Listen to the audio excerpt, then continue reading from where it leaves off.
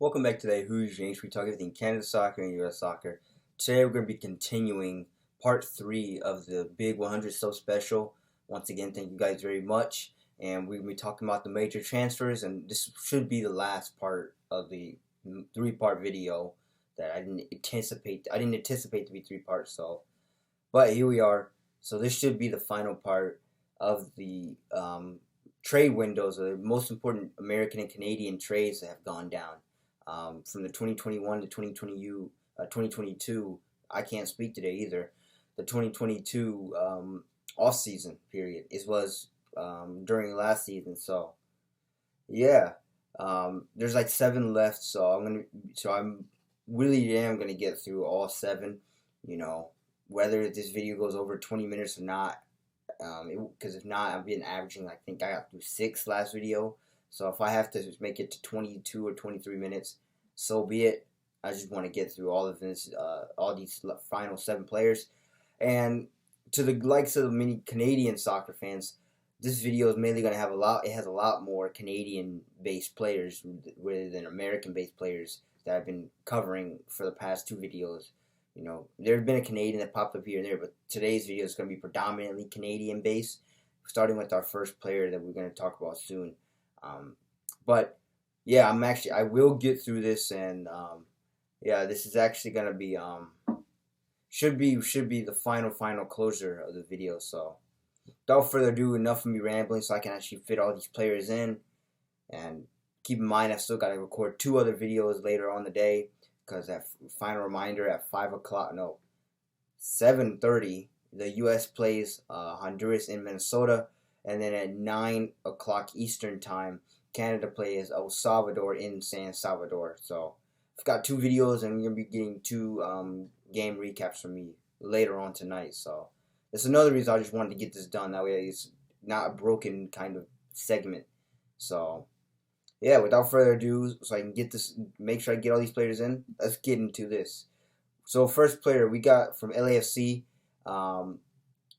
I think we don't know where he's going. I'm pretty sure, but I think it was he's going out somewhere. But it's Raheem Edwards, and Raheem Edwards, I think he's going to LA Galaxy. That's where he's going. So Raheem Edwards going across town from LAFC to LA Galaxy. It is interleague transfer, but it is still significant, as Raheem Edwards is a Canadian national, and you know, I think he's a little bit up there in age, but however, he can still potentially find himself back into the talks of the Canadian national team should he improve, right? Maybe he's not up there in age, maybe he's young, but he definitely hasn't been on the radar for John Herdman and company for Canada. So maybe if he can drastically improve, maybe he can add to the talent depth the Canadian national team needs. So that's something we can find out. But other than that, it's like, yeah, Raheem Edwards. I remember watching him first play for the Chicago Fire, and yeah, he was a joy to watch. And hopefully, you know, for LA Galaxy, he can help them as well, and also continue to improve. So Raheem Edwards, yeah, I mean, I know it's not a big name transfer, nor is a lot of people really known about him for the Canadian side, but I mean, he's still an exciting player to watch. And I would still watch him. He still can do great things, just like at LAFC. He did a couple fantastic goals and stuff. So, keep an eye on Raheem Edwards. Don't count him out, even if it's interleague transfer. Still should be great to watch. So, Raheem Edwards, and yeah, got to see what he does at the LA Galaxy. And then on to also the LA Galaxy, we have or leaving the LA Galaxy, I should say, going to the New England Revolution is Sebastian Lletget. Once again, another interleague transfer. Sebastian Lletget, one of Greg Berhalter's for the USMNT's go-to guys. This trade is interesting. I mean, it obviously got a lot of attention around the league in terms of being interleague transfer, but it's not a big-time European transfer. But however, the New England Revolution are looking to kind of rebuild and replace key fit players, kind of like taehyung, Buchanan. So I guess Sebastian Lletget will kind of be a semi-replacement for taehyung Buchanan, as well as you're also going to lose Matt Turner. So New England Revolution are just probably using this trade as a rebuild. But Sebastian Lletget, I mean, he has potential. You know, with the LA Galaxy, we also saw that he looked pretty good there too. He had his moments, although everybody wants a European trade for him. So do I, but maybe just like I said with the other videos, maybe this will be a stepping stone um, for the other one. So hey, we have to keep him watching and find out. But yeah, Sebastian Lletget to New England Revolution. All I can say is probably replacing Taehyung Buchanan to an extent. Um, and just for the USMNT, just development.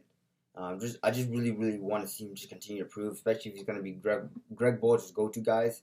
And on that note, I won't be surprised if he gets caught into tonight's game against with Minnesota against Honduras. So you can always count him. You can always count Sebastian Lletget as being some kind of playing in some kind of way with the USMNT when it comes to Greg Bolger. So I personally, you can if I would him, I would count him in the lineup as well.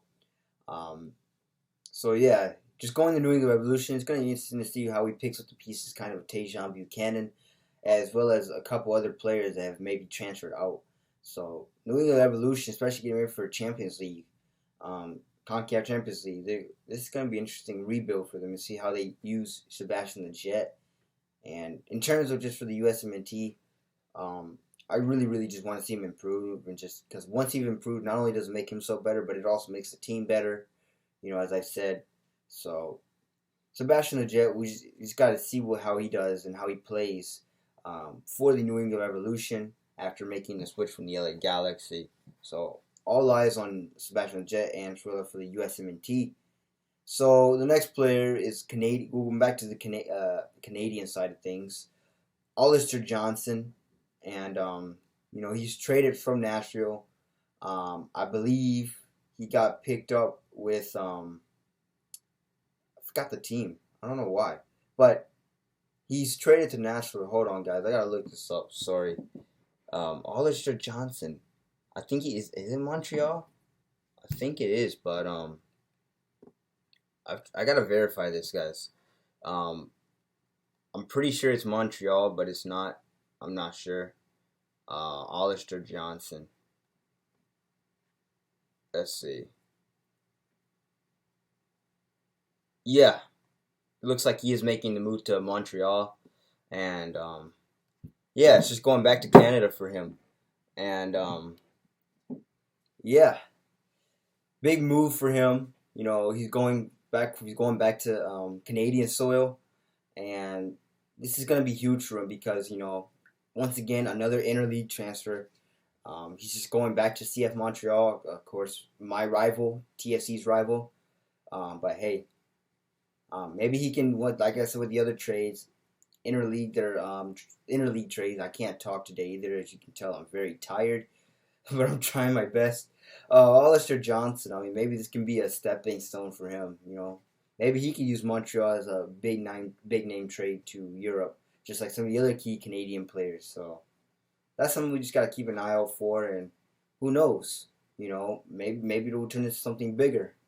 So Alistair Johnson just leaving Nashville. He did a lot for Nashville as well as for the Canadian national team. I think he'll probably get in the lineup tonight against Honduras, El Salvador, and yeah, it'll be interesting to see how he is because he's always been like one of those go-to players that you can rely on and count on. So Alistair Johnson moving from Nashville to Montreal, this is going to be huge for him, and hopefully it's going to lead to some improvement for him, just development-wise and just going for the Canadian national team-wise. So that's Alistair Johnson. And then back to the New England Revolution and staying with the Canadian national team players. Of course, arguably one of the biggest transfers of all, Taehyung Buchanan, and he's being transferred from New England Revolution to Club Rouges in Belgium, Club Brugge. So, I mean, this was a blockbuster trade. This is arguably, the biggest trade of the whole offseason or MLS season. This happened back in October, I believe. And, I mean, Taehyung Buchanan, we all know how good he is. He's looked really well for the Canadian national team. He's continued to step up even without the presence of Alphonso Davies. However, he's a pacey midfielder, and that's what New England Revolution unfortunately lost. But Taehyung Buchanan, once again, we have a European trade. just getting that experience, and everybody probably knew about this trade, before I even mentioned it, because I even knew about it before I covered it, but it is what it is. But he's going to Europe, and he's already in Europe, I should say, and he's already getting practice with the top level and other players. So that's what we want, right, for U.S. and Canada soccer. Send the best players over to Europe, and I mean that's what you can do in this case. So Taehyung Buchanan, I mean he's a pacey midfielder, arguably one of probably the best in Canadian men's national team right now as it stands. I don't know about history, but we'll just have to keep an eye on that. But he's definitely a key cog when it comes to the Rouges gameplay style as well as their team. So, and I can't wait to see him tonight too against El Salvador. I think hopefully he'll have a big game. He scored. He kind of was really responsible for the goal against Honduras, that own goal, as he ran down the wing and crossed in, and just took a deflection off the Honduran player, went in. But I'm really, really excited to see what he does tonight, man. Canada, I mean, they potentially have a chance to punch their ticket to Qatar, as I said. But of course, a lot of things have to fall in line with other teams, including that they have to win tonight. So, a tie won't cut it. So they have to win if they want to punch their ticket. And I mean, yeah, we could possibly see if all the chips fall in place, we could possibly see Taehyung Buchanan and the Rouges in the World Cup. As if tonight. If things fall in favor, then that would just be a huge milestone for not just him and the young players of Canada, but just for the whole nation in general, because this country needs it. It's been too long, way too long since this country's been to a World Cup, and I just can't wait to see him come back. So, but Taehyung Buchanan, I mean, blockbuster trade to Europe, and absolutely this had to happen, or just for his sake and just for the Canadian national team's talent's sake. And, I mean, this is huge, so kudos to him on that. And then we go back to the USMNT players. James Sands leaving NYCFC, going to Rangers FC, which is, I think, in the EPL or in the Scottish League, I think it is. It's somewhere in Europe, in the Great Britain, I believe. And, I mean, hey, this is huge. I mean, you're going to Europe, and what I just said with Taehyung Buchanan, you send all your best players to Europe if you're the US and Canada. And James Sands, I mean, coming off a terrific MLS campaign cup run, they won it. New York City FC won, and that's just a perfect way to enter your New York City FC. He's an NYCFC homegrown player. Most importantly, started from the bottom, now he's here. Little Drake reference. But James Sands, I mean, this guy, I mean, he's always been another one of those players that's been fun to watch, especially for the USMNT. I believe he's still got some development to do. Obviously, he's young, but as it comes with other players, you'll get there, and once things start clicking, things are going to start going in the right direction for not just him, but for the USMNT, as well as their talent pool. So I'm just glad to really see James Sands make this move over to Europe, and this would be exciting for him to watch, exciting for me to watch, as well as any other player of the USMNT or fan of the USMNT, as their talent depth is just expanding. And that's just really, really exciting to really know about. And then James Sands, I mean, he can really just, as I said, learn a lot from the players over in Europe and just come back and perhaps bring something new to the USMNT's new identity, or, bring something back that everyone else can learn, as I said, with Daryl, I believe. So, James Sands, huge trade there, and really, really excited for him to make that trade. Can't wait to see what he does over there in, I believe it's Great Britain. I can't really exciting to see that. So James Sands, big trade, and then Daryl, of course, staying with the USMNT. We all know about this one. Another blockbuster trade, just like Taehyung Buchanan, transfer to West Brom, and I mean he's going to the EPL, I believe, or the Premier League. Daryl, I mean, we all knew what he was capable of. Orlando City. He started off there. I think he got loaned over to another EPL side, or championship side. I think it was Barnsley, and he was scoring like almost a goal every game there. So we all knew it. And then he came back to Orlando, kind of dropped off a bit, and then picked up pace a little bit. Now he's going back over to West Brom, most importantly. And one thing I do want to say about Daryl, which I haven't really gotten to talk about what I want to see from other players.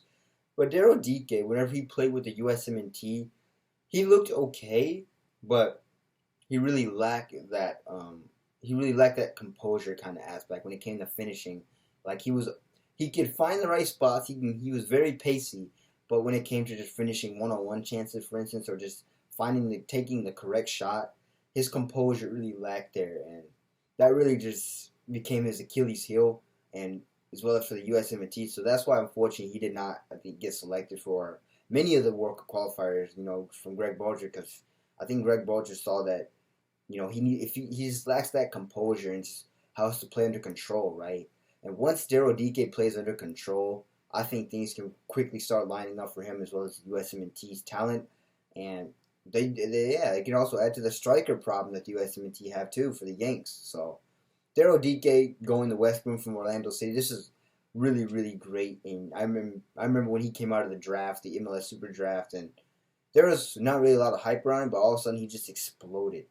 And this is just exciting because Daryl Dike now he's going. You send yet another U.S. player over to Europe. The best players over there are in Europe. You're learning from the best in England too. So you bring something back where that everyone else can learn. And I just can't really wait to see what he's going to do as well. Just like James Sand, both of them really young and they're really just developing. And once they really find their forms, the USMNT could become even more dangerous in terms of talent and just depth and positions in their lineup. So, yeah, Daryl Dike to West Brom. Daryl Dike is obviously one of my favorite players I like to see watch, as he just a lot of excitement around him. He's quick. He can get in behind your back line, but once he gets that composure, that's all he's lacking. But once he gets that composure and learns how to play under control, he could be a really, really dangerous number 9 for the USMNT. And then I believe the final trade we want to talk about, I believe it's Richie Larrea ending things off on the Canadian side of things. Richie Larrea leaving Toronto SC, which everybody saw that eventually he was going to because he was on the rise. And then he's going to England, so also going to Europe. Nottingham Forest, Richie Larrea, coming from a TFC fan, I'm gonna miss him because he really gave it his all at TFC, And imagine if he would have stayed with Lorenzo Insigne and with Carlos Salcedo coming in, a quality defender from Mexico. He would have definitely learned a lot. But going to Nottingham Forest, he's gonna definitely learn a lot more and take away stuff, as well as even then, by the way, transfer made on January 8th. So I haven't been reading the dates of these, but you guys can see the dates. Richie Larrea going to the English, I think that if it's not Champions League, it's Premier League. It's one of those in England. But going to there, that's just definitely just improving his just talent base and just for the Canadian national team. Richie Larrea so far, I believe he's really, really, really great for the Canadian national team. And just hopefully continues to improve and just really, really learns a lot from there. So I can't wait to see what Richie Larrea does over there, as well as what he brings back to the Canadian national team, and just continues to fuel the excitement around these young players base that are making these great transfers for both the USMNT and Canada. But this is just exciting to watch from all these transfers. And from basically that, Richie Larrea leaving TFC, that hurts me, but at the same time, it makes me happy that he's going to Europe and he will be learning at a better talent level. And so, it's good and it's bad. It's kind of like New England Revolution's trade where they lost Matt Turner and taehyung Buchanan, but it's good for the countries because they're getting better talent and they're going to come back better and stronger. So Richie Larrea, really, really can't wait to see what he does there. And yeah, for in terms of the trades, that's it. And just overall, just me summarizing it, as I said, really, really happy to see all these major trades come in with all these young players from American and Canadian talent going overseas to Europe. This is just really exciting to watch, and really, really happy to see what's going on, and can't wait to see what's going to go on in the future. So, yeah, on that note, that does all the trades, and I got through this video, and it won't be a broken segment, and I know I look really dead tired right now, but I got to get ready and rejuvenate myself in a way and get ready for both the Canadian and American games that are happening later tonight. So that way I don't look so tired, or try not to for those games. So with that was the 100 sub special. So thank you guys once again. I can't thank you guys enough. 100 subs. That's a phenomenal milestone. Hopefully the next milestone will be 125, where we do another sub special. And this time, I believe I'll actually get to pick something from the list. But this one's kind of unexpected as something I always wanted to do. But I just kept kicking it down the road. And so let's just face it, go off the transfers. And without further ado, I got through it. So, yeah, if you like this video, make sure you like, share, subscribe, tell all your friends about it. Also, tell your friends that reminders that Canada and the USA have games. Canada can probably have a chance to clinch if all the chips fall in their favor tonight. But we all have to watch and find out. And thank you for 100 subs.